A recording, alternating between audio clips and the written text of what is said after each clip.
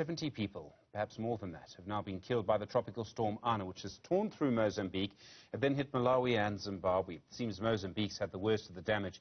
Thousands of people have been left homeless. You can imagine the damage to crops, schools, homes as well.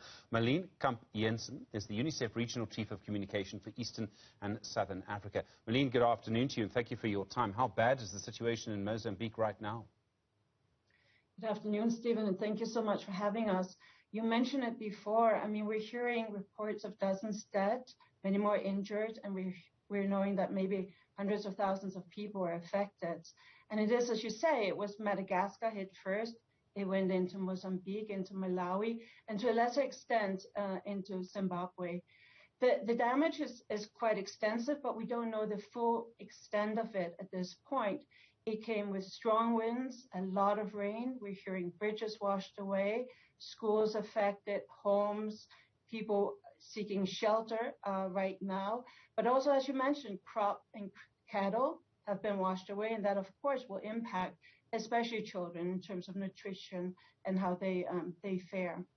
Are you able to actually get enough food to people? I would imagine that's food, and what always happens after floods is drinking water as well. That can be very difficult. Yeah, thank you, Stephen. We work very closely with the governments and with partners, in part to pre-position some of the rations, also making sure that there's water, making sure there's food, but also it's pandemic, it's COVID-19, so making sure that there's buckets with soap, sanitizer, medical kits, having as much in the areas where people might be expected to need it before the tropical storm hits. At this point, we're still doing the assessment. We're not sure exactly how many people are in need, but we are seeing the numbers increasing. And we are on the ground helping the governments and helping partners to really get to the most vulnerable. But again, Stephen, I think this is a reminder of what is happening. We're seeing many more storms. They're coming much more frequently, much more fiercely, and they really are impacting the children the most. And this is exactly in countries where we know that people are at the brink. They've been 2 years impacted by COVID. In some places, there's been the humanitarian crisis. So they are very much in their knees, and it's exactly the same population. Very much the ones who have the least to do with climate change, and that's creating this changing weather pattern, are the ones who are paying the highest price for it. In Mozambique, as you mentioned, that is probably one of the places where we're seeing a lot of damage. We know from UNICEF right now, we're looking at hoping to get 3.5 million to get those immediate life savings systems in place.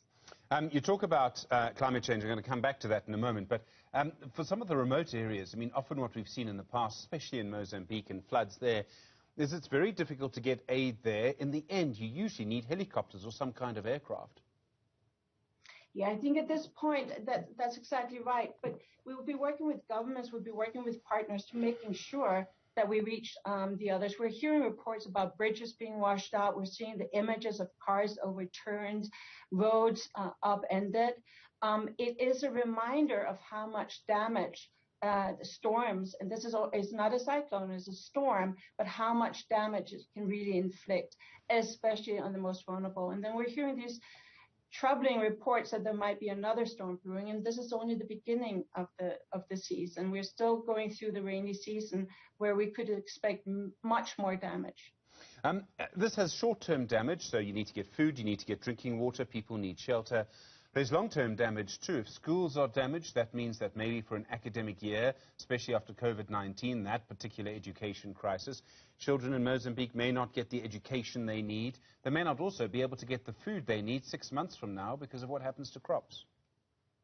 Yeah, I mean, we know in Mozambique, for example, schools are supposed to open Monday. It's a good occasion, it's a happy occasion, but about 47,000 children right now, because of the storm Ana, are unable to have a classroom. So, of course, we're supporting also to try and find temporary ways of getting kids into school. We know that the closure of schools and not having children in school is the most damaging. And as you're saying, we're coming off maybe 22 months in some parts of this region where children have not been able to access their schools. So it's really important that we ensure that education, the nutrition, and those safe zones where kids they need that sense of normalcy, if you will. They've gone through a tremendous amount So getting that normalcy and getting that school meal and getting back to learning is so central. The governments in this area, I mean, some of the governments with the least capacity, in Zimbabwe's case, among some of the least capacity in the world. Mozambique has battled in particular. It's had problems with finances. It's got problems as well with that insurgency in Cabo Delgado. Are the governments, are they able to do much for people who need help? I think we're working very, very closely with governments, and governments are doing a tremendous amount. We have to remember that these crises, when we think back to 2019, for example, Andrea and Kenneth, that impacted 2.5 million people. Some of these countries are facing crises that's really not of their own making, on top of other crises like COVID-19, that's difficult to deal with, the impacts from that, for example, when people in poverty, kids out of school. It's difficult for any country to address. I think that the conversation very much right this minute is life-saving, but in longer term, much like UNICEF is saying, this is a children's crisis. Climate change and the impact of weather patterns is a children's crisis. And that's where we need to look at the longer term goals. How do we do adaptability? Because the climate impacts are here now, and we see it much more frequently, less time for communities to recover from the impacts of these weather-related systems. And as we mentioned, the irony of it all is that it's these countries who have the least to do with creating this phenomenon.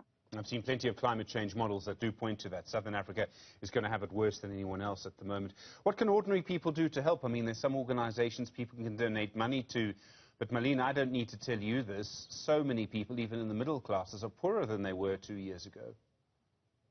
Yeah, no, everyone, COVID-19 is taking a tremendous toll on most families around the planet. I don't think anyone has been left untouched by that. UNICEF, of course, is appealing for money to reach the most vulnerable children. But I think the other part where we can come together is really the advocacy. It's adapting to these crises. It's really putting it on the map. We have a lot of youth advocates, for example, who are raising their voices and saying, this is happening right now. It's us, it's our children, it's our grandchildren. We need to raise our voices and try and find some solutions that are long-lasting. Malene Kamp Janssen, thanks very much indeed, really do appreciate it. UNICEF Regional Chief of Communication for Eastern and Southern Africa. It's a developing story, the situation in Mozambique, Malawi and Zimbabwe. We'll have more updates on that as we go into the weekend.